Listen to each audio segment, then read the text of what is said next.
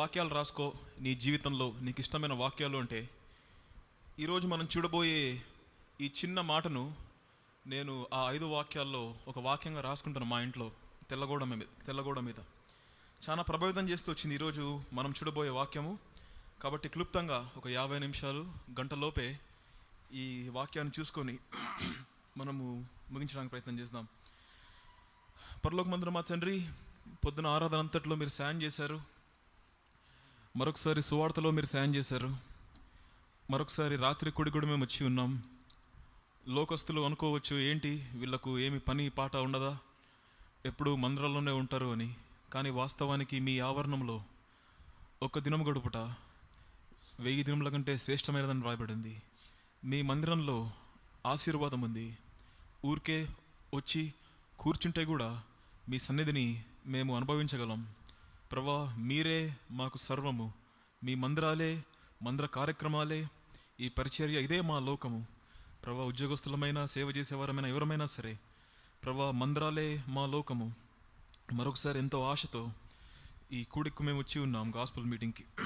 ప్రభా, మాతో మాట్లాడమని వేడుకుంటున్నాం. మీ వాక్యాన్ని, మీ స్వరాన్ని మాకు వినిపించమని వేడుకుంటున్నాం. నాలో ఉన్న ప్రతి అనారోగ్యాన్ని దూరపరిచి మీ వాక్యం ద్వారా మాతో మాట్లాడమని వేడుకుంటూ ప్రభా, అడిగిన దానికంటే ఊహించిన దానికంటే అధికముగా చేసే మీ హస్తాలకు ఈ పరిచయం అప్పజెప్పుకుంటూ నా యొద్ద ఉన్న చిన్న దాన్ని కొంచెమును ప్రభా తీసుకొని వచ్చి మీ పాదలద్ద పెడుతున్నాను. బలహీనుడును ప్రభా, అర్హత లేనివాడను ప్రభా, మీరే కృప చూపించి నా యొద్ద ఉన్న మానవ హద్దుబాటులను ప్రభా, మానవ సిద్ధపాటును ప్రభా దీవించి అనేకులకు దీవెనకరంగా ఈ కూడికను ఉంచమని వేడుకుంటూ ప్రభు యేసుక్రీస్తు వారి నామమున స్తుతించి ప్రార్థించి అడిగి వేడుకుంటున్నాం తండ్రి, ఆమెన్. ఏంది నా పొద్దున వాక్యం చెప్పినాడు కదా మళ్ళీ ఎక్కినాడు అనుకోద్దండి. అది కొంచెం స్కెడ్యూలింగ్ కొంచెం అటు ఇటు అయ్యి మళ్ళీ నేనే చెప్పాల్సి వచ్చింది రాత్రి వాక్యము. మామూలుగా 2 సార్లు కూడా రోజు అన్నది కొంచెం ఆలోచన జరుగుతుంటుంది మామూలుగా. కాబట్టి క్లుప్తంగా మనం దేవుని వాక్యం చూడడానికి ప్రయత్నం చేద్దాం. జర్మనీ అనే దేశంలో రెయిలీ అనే ఒక అమ్మాయి ఉండేది. ఆమె పేరు రెయిలీ. కాబట్టి ఈమె ఒక పాస్టర్ గారి కూతురు అన్నమాట. ఈమె చిన్నప్పటి నుంచే మంచి మ్యూజిషియన్, మంచిగా కీబోర్డ్ వేసేది, మంచిగా సంగీతము వేసేది. చాలా చిన్న వయసు నుంచే మంచి మ్యూజిషియన్గా ఉండేది. ఏం పేరు పిల్లలు చెప్పాలా? రెయిలీ. కాబట్టి పాస్టర్ గారి కూతురు జర్మనీ అనే దేశంలో ఒకసారి ఏం జరిగింది అంటే ఒక మ్యూజియం పెట్టినారు, ఒక ఎగ్జిబిషన్ పెట్టినారు. ఇందాక సువార్త పోతూ ఉంటే కింద ఒక పేపర్ పడింది, హస్తకళా ప్రదర్శన అని. ఈడ పెట్టినారంట ఎక్కడో. అంటే ఇట్లాంటి ప్రదర్శన హస్తకళము కాదు, బైబిల్ ప్రదర్శన ఒక ఊర్లో పెట్టినారంట. సరే అని ఈ రెయిలీ అనే అమ్మాయి ఈ ప్రదర్శనను చూడ్డానికి వెళ్ళిందంట. అనేకమైన విషయాలు ఉన్నాయంట. యేసుప్రభు వారు నడిపిన, యేసుప్రభు వారు ప్రయాణం చేసిన ఓడ ఎట్లా ఉంది, యేసుప్రభు వారి ఇల్లు ఎట్లుండేది, ఇట్లాంటివన్నీ చాలా బొమ్మలు, రకరకాల మ్యూజియం వస్తువులన్నీ ఉన్నాయంట ఈ క్రిస్టియన్ మ్యూజియంలో. అప్పుడు ఏమైందంటే అన్నీ చూసుకుంటూ పోతుంటే ఒక దృశ్యం దగ్గరకు వచ్చేసరికి ఆమె ఆగిపోయి అట్లే చూస్తుందంట ఆ దృశ్యాన్ని. ఆ దృశ్యంలో ఏముంది అంటే యేసుప్రభు వారు శిలువపై మరణిస్తూ తన 2 చేతులు చాపి, చేతిలో మేకులు, కాళ్ళల్లో మేకులు కొట్టి, భయంకరంగా రక్తము ముఖం మీదంతా ఉమ్మి, ఎనికెలంతా మనుషులు నిందలు మోపుతున్నట్టు ఒక ఇమేజ్, పిక్చర్ చూసిందంట. ఆ పిక్చర్ చూసిన తర్వాత కింద ఒక చిన్న లైన్ ఉందంట. ఆ లైన్ ఆమె ఏంటో చదివి ఒక చిన్న ప్రశ్న ఉందంట ఆ బొమ్మ క్రింద. ఆ ఒక్క ప్రశ్న, I have done for you, what do you do for me? నేను నీ కోసం ఇది చేశాను, నీవు నా కోసం ఏమి చేశావు అని ఒక చిన్న ప్రశ్న కింద రాసిందంట. ఆ తర్వాత ఈ ప్రశ్న తనను ప్రభావితం చేసి 100 పాటల కంటే మోస్ట్ ఫేమస్ సాంగ్స్ రాసింది ఈ రెయిలీ అనే ఆమె. I gave my life for the, తెలుసా యూత్ మీటింగ్ పాట? ఆ పాట రాసింది ఎవరు అంటే ఈమెనే, రెయిలీ అని. అనేకమైన తన తరంలో ఇన్ఫ్లుయెన్షియల్ సాంగ్ రైటర్గా తను ఉంటూ వచ్చింది. ఏంటి స్టార్టింగ్ పాయింట్? దేవుడు అడిగిన ఒక చిన్న ప్రశ్న. సిటీ స్టడ్ అని అంటారు పేరు, Christian cricketer, very rich guy, చాలా ఫేమస్, చాలా డబ్బున్నాడు. మొత్తాన్ని విడిచిపెట్టి దేవుని సేవకు వచ్చినాడు. ఏషియా, చైనా ఈ ప్రాంతాల్లో మిషనరీకి వచ్చినాడు. ఈ సిటీ స్టడ్ కూడా మారుమనసు పొందడానికి కారణం ఏంటి అంటే ఇక్కడ ఉన్న పాట.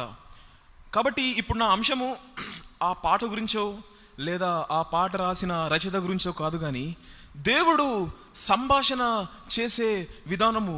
ఒక చిన్న ప్రశ్నను వాడుకొని దేవుడు సంభాషిస్తూ వచ్చాడు. దేవుడికి అనేకమైన కమ్యూనికేషన్ స్టైల్స్ ఉన్నాయి, సంభాషణ చేసే విధానాలు ఉన్నాయి.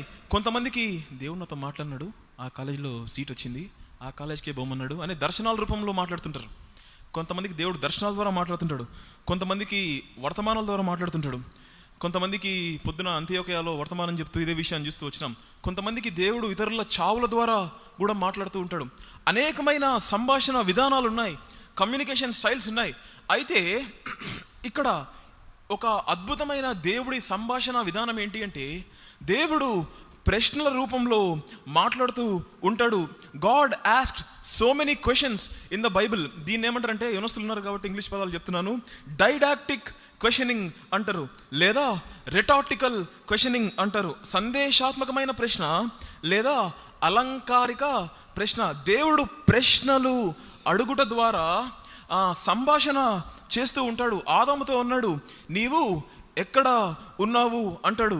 కయీన్తో అంటాడు, నీ తమ్ముడైన హేబేలు ఎక్కడా అంటాడు. యోబుతో అంటాడు, భూమి పుట్టక మునుపు, భూమికి నేను పునాదులు వేసినప్పుడు నీవు ఎక్కడున్నావు అంటాడు. పేతురుతో అంటాడు, యోహాను కుమారుడైన సీమోను, నీవు నన్ను ప్రేమించుచున్నావా అంటాడు. ప్రశ్నలు అడుగుట ద్వారా అనేకసార్లు దేవుడు సంభాషణ చేస్తూ ఉంటాడు. అదేదో సమాచారాన్ని సేకరించడానికో లేదా దేవుడికి జవాబులు తెలియకనో వేసే ప్రశ్నలు కాదు ఇవి. These questions are not for information, they are for transformation. These questions are not to shame you, they are to ignite the flame in your life, in my life. Sometimes God asks you and me some questions. కొన్ని ప్రశ్నలు దేవుడు ఎందుకు అడుగుతాడంటే to strengthen you, to comfort you, to help you, to guide you in your life. దేవుడు కొన్నిసార్లు questions ద్వారా నీతో మాట్లాడుతూ ఉంటాడు. కాబట్టి ప్రశ్నలు అడుగుట అనేది ఒక important style of God communicating with people. Elijah తెలుసు కదా, చాలా పీక్ స్టేజ్లో ఉన్నాడు మినిస్ట్రీలో. ఆ పీక్ స్టేజ్లో ఆయనకి ఏమైందంటే డిప్రెషన్ వచ్చింది. దేవా, నా పూర్వీకుల్లాగా నేను సేవ చేయలేకపోతున్నా, నన్ను చంపేయి అని ప్రార్థన చేసినాడు. మొదటి రాజులు 19లో. అప్పుడు దేవుడు ఎలీషాతో మాట్లాడుతున్నప్పుడు ఆదరించే మాటలు చెప్పలే, ధైర్యపరిచే మాటలు అంటే ఫస్ట్ అవి చెప్పలే. ఏమడిగినాడు? ఒక ప్రశ్న అడిగినాడు, Eliza, what are you doing here? నీవు ఇక్కడ ఏమి చేయుచున్నావు అన్నాడు. కాబట్టి దేవుడు ప్రశ్నల ద్వారా అనేక మందితో సంభాషిస్తూ ఉంటాడు. ప్రశ్నల ద్వారా అనేక మందిని గైడ్ చేస్తూ వారి జీవితాలను కడుతూ అభయాన్ని ఇస్తూ వచ్చాడు. ఎందుకు నేను ప్రశ్నల గురించి మాట్లాడుతున్నానంటే, ఈరోజు బైబిల్ గ్రంథంలో దేవుడు ఒక ఛాలెంజింగ్ ప్రశ్నను తన శిష్యులకు వేసినట్టుగా మనము చూస్తాం. ఆ ప్రశ్నకు వారు ఏమి జవాబిచ్చారో లేదో నాకు తెలియదు, కానీ ఈరోజు ఈ రాత్రికాల సమయంలో ఈ సువార్త కూడికలో దేవుడు నిన్ను నన్ను అదే ప్రశ్న అడుగుతున్నాడు అన్న విషయాన్ని మనము జ్ఞాపకం చేసుకోవాలి. ఏం ప్రశ్న వేసినాడు, ఎందుకు వేసినాడు, ఎట్లా వేసినాడు, ఏ సందర్భంలో వేసినాడు, మనము క్లుప్తంగా ఇంకొక 40 నిమిషాల్లో 50 నిమిషాల్లో చూసి ముగించడానికి ప్రయత్నం చేస్తాం. ఇక్కడ చాలా మందికి మా నానమ్మ తెలుసు కదా, మా నానమ్మ, మా డాడీ వాళ్ళ మమ్మీ. ఆమెకు ఏమైంది అంటే ఒక భయంకరమైన రోగం ఉండేది చనిపోయే టైంకి. దాన్ని ఏమంటారంటే డిమెన్షియా అంటారు. అర్థమయ్యే భాషలో చెప్పాలంటే మతి మరుపు రోగం. ఎంత భయంకరం అంటే మా నానమ్మ పరిస్థితి, వాళ్ళ సొంత కూతురు చనిపోయింది కోవిడ్లో, తెలుసు కదా మీ అందరికీ. సొంత కూతురు చచ్చిపోయింది. కూతురిని ఎదురుగా పెట్టుకొని కూడా ఆమెకి ఏమి చలనం లేదు, చూసి అంటే అసలు ఏమి గుర్తులేదు ఆమెకు. మతిమరుపు అనేది ఒక భయంకరమైన రోగము. చాలాసార్లు మా డాడీ కాడికి వచ్చి ఎవరు నువ్వు అని కూడా అంటుండే. కాబట్టి ఇటువంటి డిమెన్షియా, మతిమరుపు అనేది ఒక భయంకరమైన రోగముగా, ఒక శాపముగా మనము చూసుకోవచ్చు. People usually forget things. మతిమరుపులో హైయెస్ట్ ఫామ్ ఏంటి తెలుసా? దీన్ని ఏమంటారంటే డిమెన్షియా అంటారు. ఈ వర్తమానం కొరకు ఒక డాక్టర్తో 40 నిమిషాలు మాట్లాడిన ఫోన్, కాబట్టి కొన్ని మెడికల్ పదాలు కూడా వీలైతే చెప్పడానికి ప్రయత్నం చేస్తాను. మతిమరుపులో ఉండే హైయెస్ట్ ఫామ్ ఏంటి తెలుసా? దీనిని డిమెన్షియా అంటారు. కన్న కూతురు, తన చేతుల మీద పెంచిన కూతురు ఎన్నో కలలుగా నింటది, నా కూతురు పెద్దగా ఇట్లా అవ్వాలా అట్లా అవ్వాలని. ఎదురుగా శవాన్ని పెట్టుకొని ఏమి చలనం కూడా లేదు. డిమెన్షియా, మతిమరుపు ఒక భయంకరమైన రోగము, హైయెస్ట్ స్టేజ్. దీన్ని డిమెన్షియా అంటారు. దాని క్రింద ఇంకోటి ఉంటుంది, దీన్ని ఏమంటారంటే మైల్డ్ కాగ్నిటివ్ ఇంపెరిమెంట్. స్టేజ్ 1 ఏమో డిమెన్షియా, హైయెస్ట్ స్టేజ్. దాని కింద స్టేజ్ ఏమో MCI, మైల్డ్ కాగ్నిటివ్ ఇంపెరిమెంట్. ఇది వయసుతో వచ్చేది. ఒక్కసారి 40-50 దాటితే చర్చికి టైం అయింది, తాళాలు ఏడబెట్టినా అంటుంటాం, లేదా ఇంకోటి ఏదో మర్చిపోయినా, అదే ఇచ్చినా కానీ ఇంకోటి ఏదో మర్చిపోయినా, ఇట్లా వయసుతో వచ్చేది. ఇదంతా సీరియస్ కాదు, కానీ వయసు పెరిగే కొద్దీ మతిమరుపు, ఇది రెండవది. ఇంకో మూడో మతిమరుపు ఉంటుంది. మనందరికీ ఉండే మతిమరుపు. ఇందాక సువార్తకు వేచాం కదా, ఎంతమంది వాక్యాలు చెప్పినారు తెలుసా? నాకు కూడా తెలియదు. ఎందుకు అంటే మైండ్ మర్చిపోతుంది అనవసరమైన వాటిని, చిన్న చిన్న వాటిని. కాబట్టి ఇందాక మెట్లు ఎక్కొచ్చిన, ఎన్ని మెట్లు ఉన్నాయో చెప్పు అంటే చెప్పం. ఎందుకంటే ఇది బేసిక్గా ప్రతి ఒక్క మానవుల్లో ఉండేది ప్రాథమిక మతిమరుపు. దీన్ని BSF అంటారు. ఇదేదో నోరు నాకు కూడా తిరగట్లేదు, బెంజమిన్ సెంట్ ఏదోలేండి, తర్వాత డాక్టర్లను అడుగుదాం వీలైతే. BSF అంట. కాబట్టి ప్రతి ఒక్కరిలో ఏదో ఒక రకమైన మతిమరుపు ఉంటుంది. Human body is divided into 3 parts. ఇక్కడ ఉండేదాన్ని ఏమంటారంటే ఇక్కడ తలకాయ అంటారు. తలకాయలో 2 ప్రాముఖ్యమైన భాగాలు ఉంటాయి.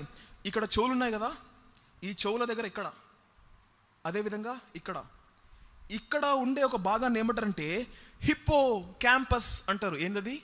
Hippo campus. బ్రెయిన్లో ఇక్కడ ఉండే భాగం యొక్క పని ఏంటి అంటే, నువ్వు ఏదన్నా చూసినప్పుడు ఆ సమాచారాన్ని అంతా తీసుకుంటుంది అనమాట. ఇక్కడ ఉండే భాగము ఎవరితోనో నువ్వు మాట్లాడినప్పుడు ఆ సౌండ్ నీకు లోపల ఇన్ఫర్మేషన్ తీసుకుంటుంటుంది. ఇక్కడ ఉండే భాగము ఇట్ టేక్స్ ద డేటా, సరిగ్గా ఇక్కడే ఉంటుంది. ఏంటి? Hippo campus. దీని పని ఏంటి? సమాచారాన్ని సేకరించడం, సమాచారాన్ని, ఇన్ఫర్మేషన్ని తీసుకొని వచ్చి నీ బ్రెయిన్లో పెట్టడం. మీ డాడీ పేరు ఏంటి అంటే నువ్వు చెప్తావు, మీ డాడీ పేరు చెప్తావా? ఎందుకు చెప్తావు? నీ బ్రెయిన్ చిన్నప్పుడు మీ మమ్మీ నీకు చెప్పినప్పుడు ఇక్కడ ఉండే భాగము దాన్ని తీసుకొని ఇక్కడ లోపల పెట్టేసుకుంది. దాన్ని హిప్పో క్యాంపస్ అంటారు. రెండవది ప్రాముఖ్యమైన భాగం, ఈరోజు మన వర్తమానానికి అవసరమైన భాగం, దీన్ని ఏమంటారంటే ప్రీ ఫ్రంటల్ కార్టెక్స్ అంటారు. సరిగ్గా ఎక్కడ ఉంటుందంటే ఇక్కడ ఉంటుంది, సరిగ్గా ఇక్కడ ఉంటుంది. ఇది ఏం చేస్తుందంటే లోపల ఉండే సమాచారాన్ని బయటికి తీసుకొస్తుంది. It receives data. కొన్నిసార్లు నువ్వు సరిగ్గా నిద్రపోకపోతే, కొన్నిసార్లు నీకు ఒత్తిడి ఎక్కువైపోతే, కొన్నిసార్లు రోజంతా నువ్వు అలసిపోతే ఇక్కడ ఉండే భాగం ఉంది కదా, ఇది బలహీన పడుతుంది, ఇది సరిగ్గా పనిచేయదు. కాబట్టి ఇక్కడ ఉండే భాగము ప్రీ ఫ్రంటల్ కార్టెక్స్. ఇది ఎనికెలో ఉండే సమాచారాన్ని తీసుకొని వస్తూ ఉంటుంది. ఎందుకు నేను దీని గురించి చెప్తున్నా? ఇక్కడ ఉండే భాగము, నీవు నేను ఏదైనా మర్చిపోవడానికి కారణం ఏంటి తెలుసా? ఇదే. నీకు నాకు కొన్నిసార్లు బాబు నేను కలిసినా కానీ నీ పేరు నాకు గుర్తులేదు అన్నాం. కారణం ఏంటి తెలుసా? ఇక్కడ ఉన్న భాగమే. ఒకసారి మా అన్న పెళ్ళికి ఒక ఫ్రెండ్ని పిలిపించిన, హైదరాబాద్ నుండి, మంచి గిటారిస్ట్. అరే బాబు వచ్చిపోరా, గిటార్ వేసిపో, ఒక్క మాట చెప్పిన అంతే. పాపం ఇంతలా సామాను బ్యాగ్ వేసుకొని ట్రైన్కి వచ్చినాడు. వచ్చి టకటకటక గిటార్ కొట్టేసి రాత్రి భోజనాలు అయిపోయిన వెంటనే వెళ్ళిపోయినాడు. చాలా ఒత్తిడి, స్ట్రెస్ పెట్టుకొని ప్రయాసపడి వచ్చినాడు. నేనేం చేసిన, పెళ్లి పనుల్లో ఆ పిల్లోనికి కనీసం పోయేటప్పుడు థ్యాంక్స్ కూడా చెప్పలే. అసలు గుర్తు కూడా లేడు ఆ పిల్లోడు వెళ్ళిపోయినట్టు. అసలు ఏది ఎందుకు చెప్తారా? ఇక్కడ ఉండే భాగము వేరే వాటితో నింపబడిపోయి పాత విషయాలను మర్చిపోయినట్టుగా మనం చేస్తుంటాం. మన జీవితంలో జరిగిన సందర్భాలు అవన్నీ లోపలికి వెళ్తూ ఉంటాయి. ఇంకొకటి ఏంటి తెలుసా? I may be wrong in this statement. ఇక్కడ ఉండే భాగానికి ఏది ప్రాముఖ్యమైనవి, ఏవి గుర్తుపెట్టుకోవాలి, ఏవి గుర్తుపెట్టుకోకూడదు అని తెలియదు అనమాట. వచ్చిందంతటా లోపల దొబ్బుతుంటుంది నెత్తిలోకి. తర్వాత ఏదన్నా పొరపాటున నీకు సడన్గా ఏదన్నా అయితే పాతవి మర్చిపోవడానికి అవకాశం ఉంటుంది. పోయిన వారం చెప్పిన బల్లమర్థమని అని చెప్పు. ఎందుకు మాకు గుర్తులేదు అంటే, పోయిన వారం అంటే బల్ల అంటే నాకు ఎవరు చెప్పినా కూడా తెలియదు. కాబట్టి కాలం గడిచే కొద్దీ అనేకమైనవి మనం చూసే కొద్దీ పాత విషయాలు మనం మర్చిపోతాము అన్న విషయాన్ని మనము అర్థం చేసుకోవాలి. కొంతమందికి ఇంకోటి ఉంటుంది, దీని పేరేంటంటే PTSD, post traumatic stress disorder, trauma అంటారు. చిన్నప్పుడు కొన్ని జరుగుతాయి. కొంతమందికి మనుషుల వల్ల ట్రామా ఉంటుంది. కొంతమందికి ఒక ఉదాహరణ చెప్తా. చాలా కాలం ముందు నాకు ట్రామా ఉండేది, దేవుడు విడిపించినాడు దానిలో నుండి. ఏంటి అంటే ట్రామా, ఎవరికైనా మెసేజ్ పెట్టినా అనుకో, మెసేజ్ పెడితే వాళ్ళు నాకు టైంకి రిప్లై లేదనుకో, నాకు భయంకరమైన డిప్రెషన్ వచ్చేస్తుంది మైండ్లో. ఎందుకు అంటే గతంలో కొన్ని జరిగిన ఇన్సిడెంట్స్ నా హిస్టరీలో, గతంలో చిన్నప్పుడు ప్రజలు డిస్రెస్పెక్ట్ చేయడం కానీ అట్లాంటివి, ఆ ట్రామా ఉండిపోయింది నాకు మైండ్లో.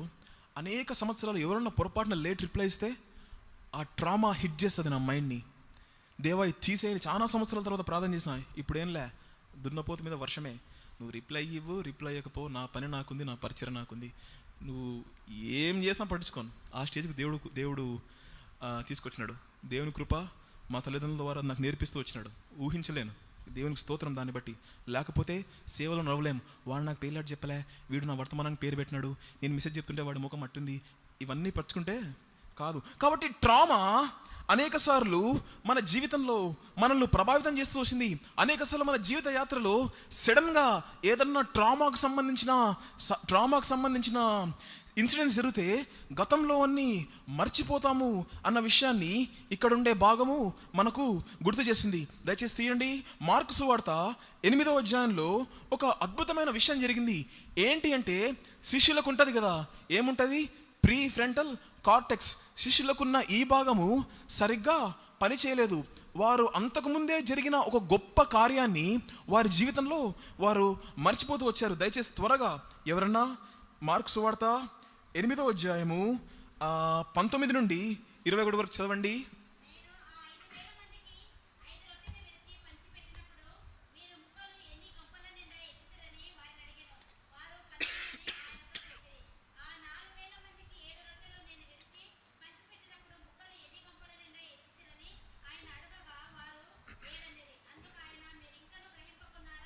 చాలండి, లాస్ట్ వర్షం మళ్ళీ చదవండి కొంచెం గట్టిగా. అందుకు ఆయన 3 వచనాలు చదివినామండి. 3 వచనాల్లో నుండి 4 పాయింట్లు ఉంటాయి. ఈరోజు వర్తమానంలో గొంతు బాగాలేదు, కొంచెం ఎనర్జీ లేదు, కాబట్టి కొంచెం జాగ్రత్తగా వినడానికి ప్రయత్నం చేద్దాం. వర్తమానంలోని మొదటి భాగం ఈ 3 వచనాల నుండి మనం నేర్చుకుంటుంది అంటే, in midst of a problem disciples forgot what happened to them in the past. వారి జీవితంలో ఏమి జరిగింది అన్న విషయాన్ని శిష్యులు మరచిపోయారు. ఈ 3 వచనాల్లో అనేకమైన ఆసక్తికరమైన విషయాలు ఉంటూ వచ్చినాయి. దేవుడు ఏమన్నాడు, అరే బాబు, 2 వారాల ముందే, 1 నెల ముందే, 10 రోజుల ముందే మీ జీవితంలో నేను 2 అద్భుతాలు చేసిన. లాంగ్గా చెప్తే అర్థం కాదు. 5,000 4,000 గుర్తుపెట్టుకోండి అంతే. 5,000 4,000 4,000 5,000 2 వారాల ముందే, 10 రోజుల ముందే 5,000 మందికి నేను పోషిస్తూ వచ్చిన. దాని తర్వాత 10 రోజుల ముందే 4,000 మందికి నేను పోషిస్తూ వచ్చిన. జరిగి 10 రోజుల్లో కూడా కాలేదు. ఇప్పుడు మీకు సమస్య వచ్చింది. మీరు గతంలో జరిగిన దాన్ని మర్చిపోయినారు. ఏంటి వాళ్ళకి సమస్య? రొట్టె లేదండి. రొట్టె లేదంటే అదే వాళ్ళ సమస్య. ఇంకోటి ఆసక్తికరమైన విషయము ఏంటి అంటే, దేవుడు 3 మెన్షన్ చేస్తాడు ఈ 3 వచనాల్లో. హ్యూమన్ బాడీ అంటే ఏందండి? బాడీ, దాని తర్వాత మైండ్, దాని తర్వాత హార్ట్ కదా, ఒప్పుకుంటారు అందరూ? బాడీ, మైండ్, హార్ట్, ఈ 3టికి దేవుడు వాళ్ళతో మాట్లాడుతూ వచ్చాడు. మీ హృదయము గ్రహించట్లేదా? మీ గుండె ఎందుకు అర్థం చేసుకోవట్లే ఇప్పుడు వచ్చిన సమస్యలో అంటాడు. ఇంకోటి, మీ మైండ్ ఎందుకు జ్ఞాపకం చేసుకోవట్లే అంటాడు. దాని తర్వాత బాడీకి వస్తాడు. మీ కళ్ళ ముందే నేను చేస్తూ వచ్చిన ఒక అద్భుతాన్ని నీ చెవులతో నీవు వింటూ వచ్చినావు.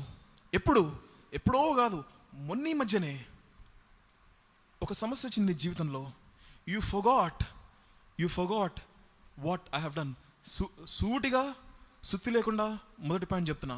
Disciples forgot what God did. వాళ్ళ కళ్ళలో నుండి ఈ ప్రీ ఫ్రంటల్ కార్టెక్స్ అనేది తీసుకున్న సిగ్నల్స్ వాళ్ళు దాన్ని ప్రాసెస్ సరిగ్గా చేయలేకపోయినారు.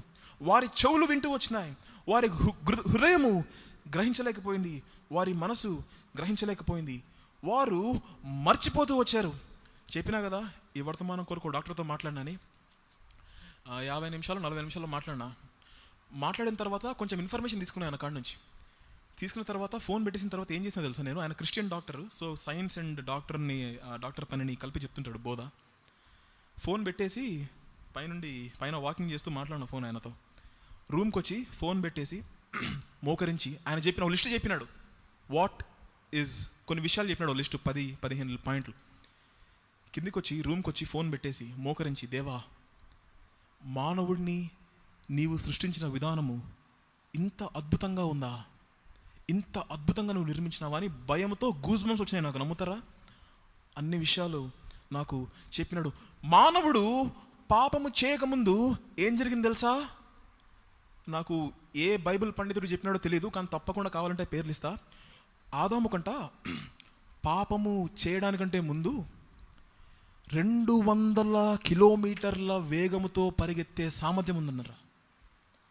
పాపము ప్రవేశించకముందు కొన్ని లక్షల జీవులకు ఇట్లా పెట్టేస్తాడంట పేర్లు పెట్టి, 150 250 ఆ జంతువు వస్తే నీ పేరు ఇది అని చెప్పగలిగినంత కెపాసిటీ ఉందంట. దేవుడు మానవుణ్ణి తన స్వరూపంలో చేసుకుంటూ వచ్చాడు. దేవుణ్ణి భరించగలిగిన డిజైన్లో మానవుణ్ణి చేస్తూ వచ్చాడు. భూమి మీద నుంచొని అతని విజన్, ఆదాము విజన్ పాపానికి ముందు భూమి మీద నుంచొని చంద్రుడి మీద ఏమి నడుస్తున్నాయి, చంద్రుడి మీద ఉండే దుమ్ము పార్టికల్స్ని కూడా చూడగలిగినంత కెపాసిటీ ఉండేదంట మానవుడికి. పాపము మానవుడి హృదయాన్ని చెడగొట్టింది, మానవుడి మైండ్ని చెడగొట్టింది, ఆఖరిది చెప్తారా, మానవుడి బాడీని, శరీరాన్ని చెడగొట్టింది. తన కెపాసిటీ తగ్గిపోతూ వచ్చింది. కొంతమంది ఇంకో విషయం ఏం చెప్పినారంటే, ఆదాము అంత హైట్ ఉండొచ్చంట, 12 అడుగులు ఉండొచ్చంట. పాపం రావడంతో మానవుని యొక్క లైఫ్ స్పాన్ తగ్గిపోతూ వచ్చింది. 2 రోజులు ఫుల్ బిర్యానీ కొట్టు, పొట్టొస్తుంది నీకు. 2 రోజులు స్నానం చేయకుండా ఉండు, నీ బాడీ వేరేగా ఉంటుంది. ఎందుకు? Your body is corrupted body. నీ శరీరము కుళ్ళిపోయేది, ఈ రోజుండి రేపు పోయేది. ఎందుకు? Sin sin and sin. పాపము మానవుని యొక్క శరీరాన్ని దాడి చేస్తూ వచ్చింది. ఎందుకు చెప్తున్నా? మానవుని యొక్క ప్రీ ఫ్రంటల్ కార్టెక్స్ ఇక్కడ ఉండే భాగాన్ని కూడా పాపము అటాక్ చేస్తూ వచ్చింది. దానివల్ల వచ్చిన నష్టం ఏంటి?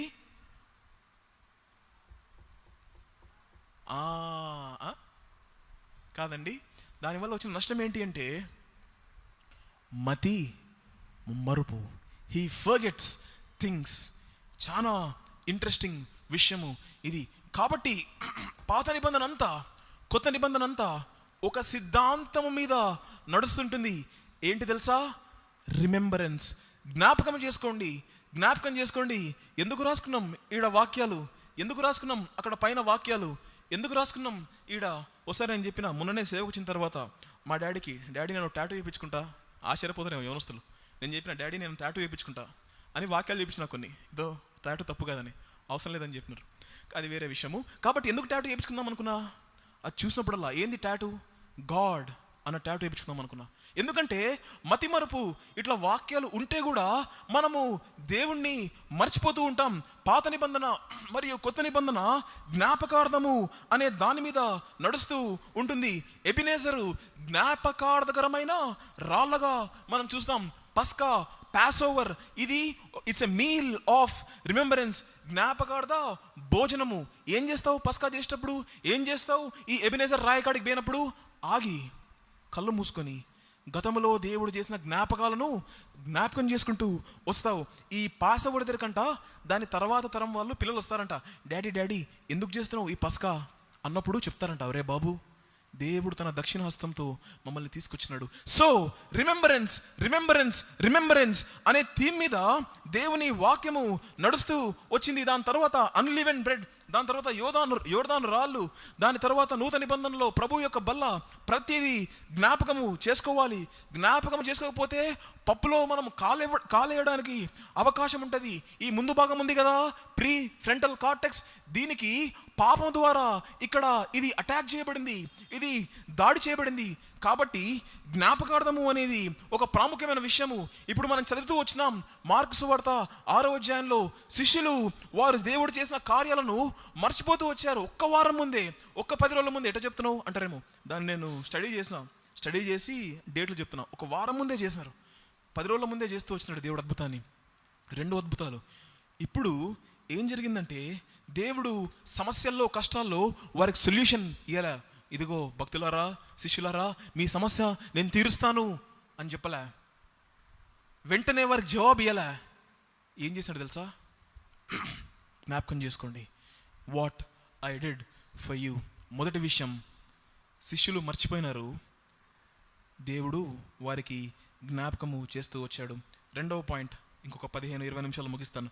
రెండో పాయింట్ చాలా ఇంట్రెస్టింగ్ పాయింట్. అర్థమైందా అండి? ఫస్ట్ పాయింట్, శిష్యులకు సమస్య ఉంది, వారు దేవుడు చేసిన కార్యాన్ని మర్చిపోతూ వచ్చారు. రెండో పాయింట్లోకి వెళ్ళక ముందు ఒక విషయాన్ని చెప్పాలి. జియోగ్రఫీ అనేది ఒక ఇంపార్టెంట్ రోల్ ప్లే చేస్తుంది బైబిల్లో. భూగోళ శాస్త్రం. ఒక దైవజనుడు ఏమన్నాడంటే, Bible is full of places, full of steps, full of people moving from one place to another. Abraham, Isaac, యాకోబు వీళ్ళందరూ ఒక ప్రదేశం నుండి ఇంకో ప్రదేశానికి వెళ్తూ వచ్చారు. పాత నిబంధన అంతా 3 జియోగ్రాఫికల్ లొకేషన్స్లో జరిగింది. 3 భూగోళపరమైన ప్రదేశాల్లో జరిగింది. ఏంటది చెప్తారా? మెసొపటోమియా, రెండవది ఇజ్రాయేలు, దాని తర్వాత ఐగుప్తు. ఈ మూడిట్లు ఎందుకు చెప్తున్నానంటే ఏదో ర్యాండమ్గా, ఏదో గుడ్డిగా వ్రాయబడలేదు. ప్రతి ప్రదేశం బైబిల్లో ఉన్నది. దేవుడు ఒక ఉద్దేశంతో రాస్తూ వచ్చాడు. నా వాక్య బోధన ఈ ప్రక్రియలో, ఈ యాత్రలో నా వాక్య బోధనను మార్చిన ఒక విషయం ఏంటి అంటే, వెనెవర్ ఐ రీడ్ సంథింగ్, ఏదైనా ఒక వాక్యం చదివినప్పుడు అది ఏ ప్లేస్లో జరుగుతుంది, ఏ ప్రదేశంలో జరుగుతుంది అన్న విషయాన్ని నేను చాలా జాగ్రత్తగా అబ్జర్వ్ చేయడానికి ప్రయత్నం చేస్తా. Bible is full of Geography. తూర్పు దిక్కున మానవుడు పడిపోయాడు, తూర్పు దిక్కున కయ్యూను పరవాసిగా తిరిగాడు, తూర్పు దిక్కున బాబేలు గోపురం పడిపోతూ వచ్చింది. బైబిల్లో తూర్పు అనేది పాపానికి సాదృశ్యం. దాని తర్వాత ఏ తూర్పు దిక్కునైతే పాపం వచ్చిందో అదే తూర్పు దిక్కున రక్షకుడు ఉదయిస్తూ వచ్చాడు. ప్రాముఖ్యమైన పాత్ర ఈ జియోగ్రఫీకి, అదేవిధంగా దిక్కులు అంటారు, డైరెక్షన్స్కి బైబిల్లో ఓ ప్రాముఖ్యత ఉంది. నేను చదివే కాలేజ్లో ఇంతలా బుక్ రాశారు బైబిల్ జియోగ్రఫీ మీద. ఇంతలా book only on biblical Geography. ఒక వ్యక్తి అన్నాడు, దేవుణ్ణి ఎరగాలనుకుంటున్నావా, దేవుణ్ణి తెలుసుకోవాలనుకుంటున్నావా? ఆయన పేరు కూడా చెప్తా, ఆయన పేరు నోరు తిరగట్లేదు, ఏదో మొత్తానికి ఆయన ఏం చెప్పినాడు తెలుసా? దేవుణ్ణి తెలుసుకోవాలనుకుంటే బైబిల్లో ఉండే ప్రదేశాలని ముందుగా తెలుసుకో అన్నాడు. నీవు బైబిల్లో ఏదన్నా ఇంకో దైవజనుడు అన్నాడు, ఈ బుక్ రాసిన మెయిన్ ఆయన, నీవు ఎప్పుడైనా బైబిల్ చదివేటప్పుడు ఆ ప్రాంతాలను ఒకవేళ నువ్వు జాగ్రత్తగా గమనించగలిగితే ఆ ప్రాంతాలు, ఆ కథలను నిజాలుగా నీ జీవితంలో మారుస్తాయి. దేవుడు జియోగ్రఫీ ద్వారా తన కార్యాన్ని చేస్తూ వచ్చాడు. స్పెసిఫిక్ పీపుల్, ప్రత్యేకమైన జనంతో, ప్రత్యేకమైన సమయంలో, ప్రత్యేకమైన స్థలములో దేవుడు తన వాక్యాన్ని ఉంచుతూ వచ్చాడు. అరణ్యాలలో పరిశోధనలు చేస్తూ వచ్చాడు. పర్వతాల మీద ప్రత్యక్షతలు ఇస్తూ వచ్చాడు. లోయలలో శ్రమలు, పోరాటాలు ఇస్తూ వచ్చాడు. Bible is a book of Geography. అనేకమైన భూగోళపరమైన విషయాలు బైబిల్లో ఉన్నట్టుగా మనం చూస్తాం. ఎందుకు చెప్పినా రెండో పాయింట్లోకి మనం వెళ్ళబోతున్నాం. జియోగ్రఫీ అన్న దాన్ని మైండ్లో పెట్టుకొని ఇప్పుడు దయచేసి ఎవరన్నా 19వ వచనం 20వ వచనం చదవండి.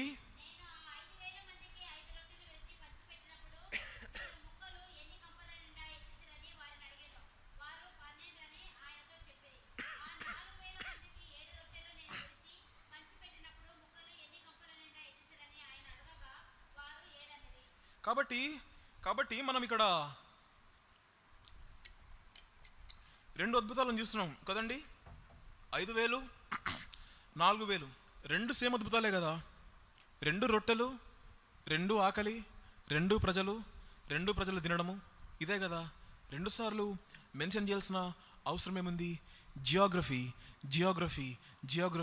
Is very important. జాగ్రత్తగా విందాం. ఎవరు రాసుకుంటే రాసుకోండి. 4,000 మందికి రొట్టెలు పంచిన అద్భుతం ఎక్కడ జరిగిందంటే డెకాపోలి అనే ప్రాంతంలో జరిగింది. డెకాపోలిస్ అనే ప్రాంతంలో జరిగింది. మరోసారి చెప్తున్నాను, 4,000 మంది అద్భుతం డెకాపోలిస్ అనే ప్రాంతంలో జరుగుతూ వచ్చింది. 5,000 మంది అద్భుతం బెత్సాయిదా అనే ప్రాంతంలో జరుగుతూ వచ్చింది. వర్తమానంలోని 2వ భాగం దేవుడు అంటున్నాడు ఏంటి అంటే, రెండవ విషయము, దేవుడు డెకాపోలిలో ఒక అద్భుతాన్ని చేశాను. మరొకసారి రిపీట్ చేస్తున్నా, God did a miracle in Decapolis. మీరు ఒకవేళ బైబిల్ వెనకాల మ్యాప్ చూస్తే గలిలయ సముద్రానికి తూర్పుకి దక్షిణానికి మధ్యలో ఉంటుంది. గలిలయ సముద్రం ఉందనుకోండి, దానికి తూర్పుకి దక్షిణకి సౌత్ ఈస్ట్ మధ్యలో ఉండే ప్రదేశాన్ని ఏమంటారంటే డెకాపోలి అంటారు. డెకా అంటే 10 పట్టణాలను కలిపి డెకాపోలి అంటారు. ఇది ప్రాముఖ్యమైన ఇంపార్టెంట్ విషయము, మన వర్తమానం చాలా అవసరము. ఇది ఒక అన్యజనుల ప్రాంతము, యూదేతరుల ప్రాంతము, దేవుడికి క్రైస్తవేతరుల ప్రాంతము. ఏ ప్రాంతము? డెకాపోలి. ఈ డెకాపోలిలో సీజర్ అనే దేవుడికి, జియోస్కి, అర్థమెటిస్ అనే వీరందరికీ దేవాలయాలు కడుతూ వచ్చారు, విగ్రహాలు కడుతూ వచ్చారు. పందులకు, నీచమైన హీనమైన జంతువులకు ఈ డెకాపోలిలో విగ్రహము చెరుగుతూ వచ్చింది. నైతికంగా చెడిగిపోయి, సాంప్రదాయపరంగా రాజీ పడిపోయి, దైవికమైన దీనస్థితిలో ఉన్న ప్రదేశం ఏంటి? డెకాపోలి అనే ప్రదేశము. ఈ డెకాపోలిలో ఉండే వారంటే లేదా అన్యులంటే యూదులకు భయంకరమైన చిన్న చూపు. ఇంకా ఎట్లా వర్ణించాలో నాకు అర్థం కావట్లే, గొంతు బాలేదు. ఇంకా హీనంగా చూస్తారు యూదులు. దీనికి ఉదాహరణ ఏంటి అంటే, ఒకసారి సువార్త చేస్తున్నాము మా ఊర్లో. చేస్తున్నప్పుడు ఒక వ్యక్తి నడుచుకుంటూ వచ్చినాడు చర్చిలోకి. ఏమనుకోద్దండి, కొంచెం వేరే పదాలు ఉంటాయి. ఆ వ్యక్తి ప్యాంట్లోనే 1, 2 చేసుకొని వచ్చినాడు సువార్త చెప్తుంటే. భయంకరంగా స్నానం లేదు, హోమ్లెస్, భయంకరంగా కడుపు తిప్పి నాకు పేగుల్లో నుండి బయటకు వచ్చినంత భయంకరమైన వాసన. లోపలికి వచ్చినాడు చర్చిలోకి. వచ్చిన వెంటనే ప్రతి ఒక్కరూ ఆ వ్యక్తిని చూసే విధానము నేను కూడా భరించలేకపోయినా, వెంటనే బయటికి వెళ్ళిపోయినా. ఎందుకు ఈ విషయాన్ని చెప్తున్నా? ఇంత హీనంగా యూదులు ఎవరిని? అన్యజనులను చూస్తూ వచ్చాడు. కనీసము వారి ఊర్ల మీద నడవడానికి కూడా ఇష్టపడరు. ఎవరు? యూదులు. దేవుడు అన్నాడు, I did a miracle in Decapolis. ఏంటి ఈ అన్యజనుల ప్రాంతంలో దేవుడు చేసిన ఆశ్చర్యకార్యం? ఈరోజు నీతో నాతో దేవుడు అదే మాట్లాడుతున్నాడు. ఏ సమస్యలో నీవు ఉన్నావో నాకు తెలియదు, కానీ నీ జీవితంలో నేను డెకాపోలి అనే ప్రాంతంలో ఒక అద్భుతాన్ని చేస్తూ వచ్చినా, నీవు అన్యజనుల ప్రాంతంలో ఉన్నావు, దేవునికి దూరంగా ఉంటూ వచ్చినావు. నీ జీవితంలో నేను చేసిన అద్భుతం ఏంటి తెలుసా? రక్షణ అనే అద్భుతాన్ని నీ జీవితంలో నేను చేస్తూ వచ్చిన బాధలో, నిరాశ, నిస్పృహల్లో, వేదనలో దేవునికి మొరపెడుతున్నావేమో, ఒక సమస్య గుండా వెళ్తున్నావేమో. దేవుడు ఈరోజు నీకు నాకు చెప్తున్న విషయం ఏంటంటే, ఆగు ఒక నిమిషం, turn back and see I did a miracle in Decapolis. నీ జీవితంలో నేను రక్షణ ఇచ్చిన నీ ముందు భాగము, ప్రీ ఫ్రంటల్ కార్టెక్స్, దాన్ని జ్ఞాపకం చేసుకో ఒకసారి. రక్షణ చాలా ఈజీగా మనం తీసుకునే పదం ఏంటి తెలుసా? రక్షణ హెబ్రోన్ సహవాసంలో మనం పెద్దగా పట్టించుకునే పదం ఏంటి తెలుసా? రక్షణ అమెరికా దేశంలో 70% పైగా చెప్పని వాక్యాలు ఏంటి తెలుసా? రక్షణ మీద చెప్పకపోగా భయంకరమైన తప్పుడు సిద్ధాంతాలు బోధిస్తూ ఉంటారు. ఏదేమైనప్పటికీ రక్షణ విశ్వాస జీవితంలో ప్రాముఖ్యమైనది. గుర్తుందో లేదో ఎంతమందికి? 2 సంవత్సరాల ముందు 5 వారాలు మనము రక్షణ మీద ధ్యానిస్తూ వచ్చినాం. గుర్తుందా ఎవరికన్నా? కొంతమంది తలకాయలు ఊపుతున్నారు. 5 వారాలు రక్షణ మీద మనం ధ్యానిస్తూ వచ్చినాం. మీకు గుర్తుందో లేదో ఒక విషయాన్ని చెప్పిన, ఆఖరి వర్తమానము ప్రిపేర్ అవుతున్న రూమ్లో పైన ప్రిపేర్ అయ్యి ముగించిన, పెన్ను పక్కన పెట్టేసి పేపర్ల కాడ నుంచి పక్కనకు వచ్చి మోకరించి ఒకటే ప్రార్థన చేసిన, దేవా ఇంత గొప్ప రక్షణ ఇచ్చినావు. రక్షణ గొప్పది, అద్భుతమైనది, భయంకరమైన స్థితి నుండి రక్షణ. చాలా మంది రక్షణ అంటే అనేకమైన ఉదాహరణలు చెప్తారు, కానీ జాన్ మ్యాకాథర్ అనే దైవజనుడు ఏం చెప్పినాడు తెలుసా? The only thing you have to say about salvation, నరకము నుండి రక్షణ. అనేక మంది రక్షణ లేకుండా మరణిస్తే అగ్ని జ్వాలలోకి వెళ్తావు. మీ బంధువులు ఎవరైనా రక్షణ లేకుండా మరణించారా? ఐఎమ్ సారీ టు సే, ఇక జీవితంలో నీవు ఎప్పటికీ వారిని చూడలేవు. నీ బంధువులు, నీకు ఇష్టమైన వారు రక్షణ పొంది మరణించినారా? నీవు వారిని చూడగలుగుతావు. భయంకరమైన అగ్ని జ్వాలలు అనేది నిజం, బైబిల్ చెప్తున్న నిజం. దాని నుండి మనకొచ్చింది రక్షణ. అగ్ని ఆరదు, పురుగు చావదు. ఇప్పుడు ఇక్కడ కూర్చొని ఉన్నాం కదా, మీటింగ్ జరుగుతుంది కదా, ఇప్పుడు భూమి యొక్క లోపల భాగంలో, గర్భంలో ఒక భయంకరమైన విషయం జరుగుతుంది. ఏంటి తెలుసా? భయంకరమైన అరుపులు వస్తున్నాయి. ఎక్కడ తెలుసా? అగ్ని జ్వాలలో. అగ్ని ఆరదు, పురుగు చావదు. ఒక విషయం తెలుసా? బాధల్లో, కష్టాల్లో ప్రార్థన చేస్తున్నావు కదా, దేవుని జ్ఞాపకం చేసుకున్నాడు. నేను నీకు రక్షణ ఇచ్చిన, అనేక మందికి లేనిది ఈ రక్షణ, గొప్పది ఈ రక్షణ. ఇప్పుడు రక్షణ పొందిన విశ్వాసి, ఇప్పుడు నీవు కనుమూస్తే వెంటనే దేవుని సన్నిధిలోకి వెళ్తావు. అంత గొప్ప రక్షణ నీకు ఇచ్చిన, లోకంలో ఎవరు చెప్పలేనిది కేవలం విశ్వాసులు మాత్రమే చెప్పగలిగిన కొన్ని వాక్యాలు చెప్పమంటారా? నా మటుకైతే బ్రతుకుట క్రీస్తే, చావైతే లాభం అన్నాడు పౌలు. ఎలా లాభము? చావైతే ఎలా లాభము? ద మూమెంట్ యు డై, రక్షణ ఉంది కాబట్టి you will be transferred into the dwelling place of God. ప్రభువునందు మృతులు ధన్యులు అన్నాడు. ఏంటి ఈ ధన్యత? రక్షింపబడిన విశ్వాసులంగా చనిపోయిన వెంటనే మనం దేవుని సన్నిధికి వెళ్తాం. తేలికగా తీసుకోవాల్సిన పదము కాదు ఈ రక్షణ. కష్టాల్లో, బాధల్లో శిష్యులకు విషయం చెప్పాడు. డెకాపోలిలో నేను అద్భుతం చేసిన. హీనంగా చూస్తూ వచ్చినారు అందరూ. నేను వచ్చిన నీ దగ్గరికి, నేనే వచ్చిన డెకాపోలికి, నేను రక్షిస్తూ వచ్చిన. I touched the untouch people, అంటరాని వారిని అంటుతూ వచ్చిన.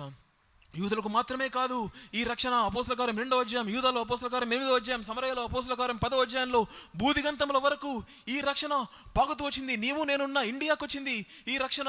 ఒకప్పుడు అన్ని జనులకు రక్షణ లేదు అని అనేక మంది బోధిస్తూ ఉంటారు.